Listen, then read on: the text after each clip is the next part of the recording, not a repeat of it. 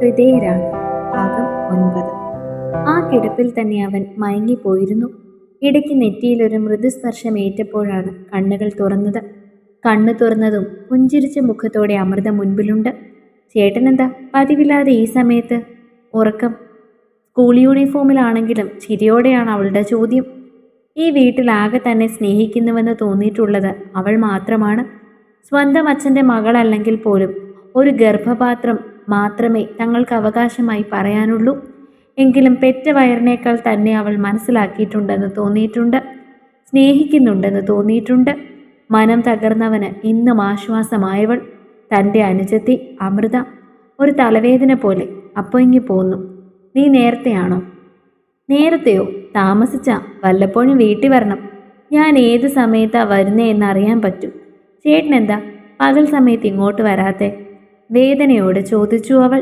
നിനക്കറിയാലോ, ഞാൻ വരുമ്പോൾ തന്നെ തുടങ്ങും അമ്മ എന്തെങ്കിലും പറയാൻ. പിന്നെ എൻ്റെ മൂഡ് പോവും. ചിലപ്പോൾ രാത്രിയിലും ഇങ്ങോട്ട് കാണാറില്ലല്ലോ. രാത്രിയിൽ ആ ഷെഡിൽ കിടക്കുന്ന എനിക്കിഷ്ടം. അവിടെ അച്ഛനുണ്ടാവും.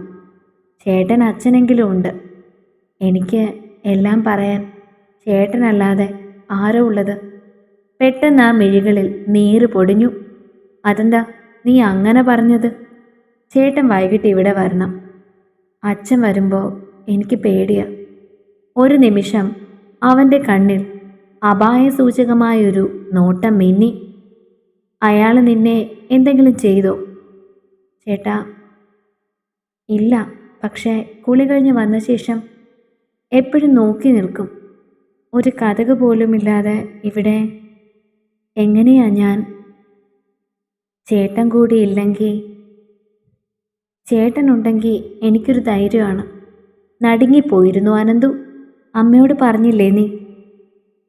ഒരു വട്ടം പറഞ്ഞിട്ടും അമ്മ വിശ്വസിച്ചില്ല. അമ്മയ്ക്ക് അത്രയ്ക്ക് വിശ്വാസം അച്ഛനെ. ഇന്നു മുതൽ ഞാനിവിടെ ഉണ്ടാവും, നീ പേടിക്കണ്ട. പിന്നെ എന്തെങ്കിലും ചെയ്യുകയാണെങ്കിൽ നിന്റെ കയ്യിൽ കിട്ടുന്ന എന്തും എടുത്ത് പ്രയോഗിച്ചോണം. അച്ഛനാണെന്നൊന്നും നോക്കണ്ട. കയ്യിലുള്ളത് എന്താണോ അതെടുത്ത് തലമണ്ട അടിച്ച് പൊട്ടിക്കണം. ബാക്കി ചേട്ടൻ നോക്കിക്കോളാം. അവൻ്റെ ചെന്നിയിൽ നീല ഞരമ്പ് മുറുകി. ചേട്ടൻ ഇവിടെ ഉണ്ടെങ്കിൽ എനിക്കൊരു വിശ്വാസമാണ്. ഇന്ന് സമയം കിട്ടുമെങ്കിൽ ഒന്ന് കറങ്ങിയാലോ? വായനശാല വരെ ഒന്ന് പോണമായിരുന്നു. എനിക്കൊരു പ്രൊജക്റ്റിന് വേണ്ട കുറച്ച് സാധനങ്ങൾ എടുക്കാനുണ്ട്. ഇന്ന് ചേട്ടൻ വന്നിരുന്നെങ്കിലെന്ന് ഞാൻ ആഗ്രഹിച്ചിരുന്നു. അതിനെന്താ, നമുക്ക് വൈകുന്നേരം പോവാം. എങ്കിൽ ഞാൻ കുളിക്കട്ടെ. അമ്മു. പോകാൻ തുടങ്ങിയവളെ അവൻ പിടിച്ചു നിർത്തി. എന്താ ഏട്ടാ? നീ ഇടയ്ക്ക് വായനശാലയിൽ പോവാറുണ്ടോ?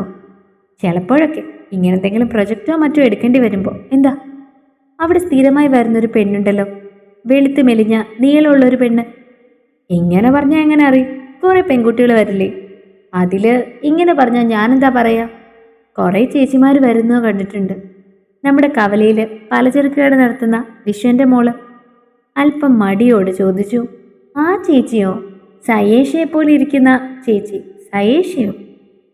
ആ ചേച്ചി കണ്ടില്ലേ? കവളൊക്കെ വെളുത്തല്ല, ചുവന്നാണ് ഇരിക്കുന്നത്. തമിഴ് നടി സയേഷയെ പോലെയല്ലേ ഇരിക്കുന്നത്? ആ, ഞാൻ കണ്ടിട്ടില്ല. പിന്നിപ്പോൾ ആ ചേച്ചിയെ പറ്റി എന്നോട് ചോദിച്ചത്?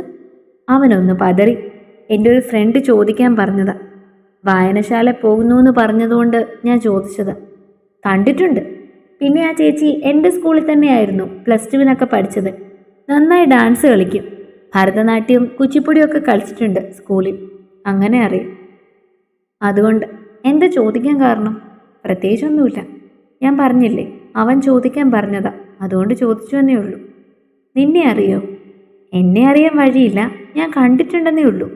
പിന്നെ ഈ നാട്ടിൽ ആരെങ്കിലും നമ്മളോട് സംസാരിക്കാൻ വരുമോ ചേട്ടാ? ഒക്കെ മാറൂടി. മാറുന്നൊരു കാലം വരും. ചേട്ടന് ജോലി ഇട്ടട്ടെ. എൻ്റെ മോളുടെ കല്യാണം അടിപൊളിയായി നടത്തുന്നുണ്ട്. അതല്ല ചേട്ടാ, എനിക്ക് പഠിക്കണം. അച്ഛൻ ഇപ്പോൾ തന്നെ പറയുന്നത് 10ാം ക്ലാസ്സായി 6 കൊല്ലം കൂടി കഴിയുമ്പോൾ എൻ്റെ കല്യാണം നടത്തണം, ഏത് ലോറിക്കാരനായിട്ടെന്നാ. എങ്കിലും പഠിച്ച് രക്ഷപ്പെട്ടാൽ മതി. ചേട്ടനൊരു കര പറ്റിയ ആദ്യം രക്ഷിക്കുന്ന മോളെയാ. നമ്മുടെ അമ്മയ്ക്ക് നേരം വെളുത്തിട്ടില്ല. നീ വേഗം പോയി കുളിച്ചിട്ടോ. നമുക്കൊന്ന് കറങ്ങാം. തിരികെ വരുമ്പോൾ രാമേട്ടൻ്റെ കടയിൽ നിന്ന് നല്ല ചൂട് ചായയും ബോണ്ടയും വാങ്ങിത്തരാം.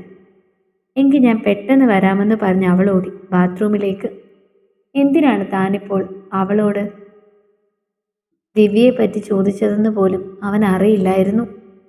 വായനശാലയിൽ നിന്ന് ആദ്യം അവൾ പറഞ്ഞപ്പോൾ മനസ്സിലേക്ക് ഓടി വന്ന ആ മുഖമാണ്. മനസ്സിൽ അവൾ സ്ഥാനം പിടിച്ചു തുടങ്ങിയോ എന്നൊരു സംശയം തോന്നാതിരുന്നില്ല. അങ്ങനെ ഒരു ഇഷ്ടം പോലും മനസ്സിലെടുക്കാൻ പാടില്ല. കത്തുന്ന വേനലാണ് താൻ. ഇതിലൊരു വസന്തത്തിന് സ്ഥാനമില്ല.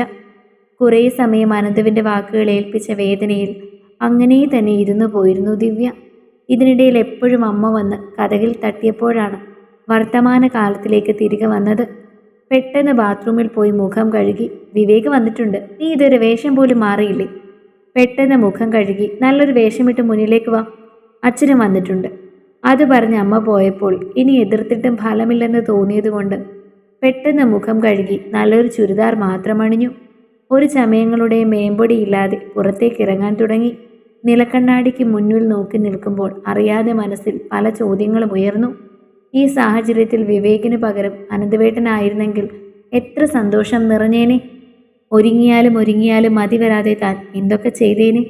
ഇതിപ്പോൾ താൻ ഒരിക്കലും ആഗ്രഹിക്കാത്ത ഒരാളുമായി. ഒരുപക്ഷെ താൻ പറയുന്ന കാര്യങ്ങൾ വിവേകിന് മനസ്സിലായാലോ എന്നൊരു വിശ്വാസം മാത്രമായിരുന്നു മനസ്സിൽ അവസാനമായി അടിയുറച്ചു പോയത്. അടുക്കളയിൽ ചെന്നപ്പോൾ ട്രേയിൽ ചായയും കുറച്ച് പലഹാരങ്ങളുമൊക്കെ അമ്മ തന്നുവിട്ടു. മുൻപിലെ മുറിയിലേക്ക് നടക്കുമ്പോൾ മനസ്സിന് വല്ലാത്ത വേദന തോന്നിയിരുന്നു. കഷണ്ടി കയറാറായല്ലോ വിവേകെ, അച്ഛൻ ചോദിക്കുന്നു. അവിടുത്തെ വെള്ളമല്ലേ മാമ, കട്ടിയുള്ള വെള്ളം കോരി ഒഴിക്കുന്നത്.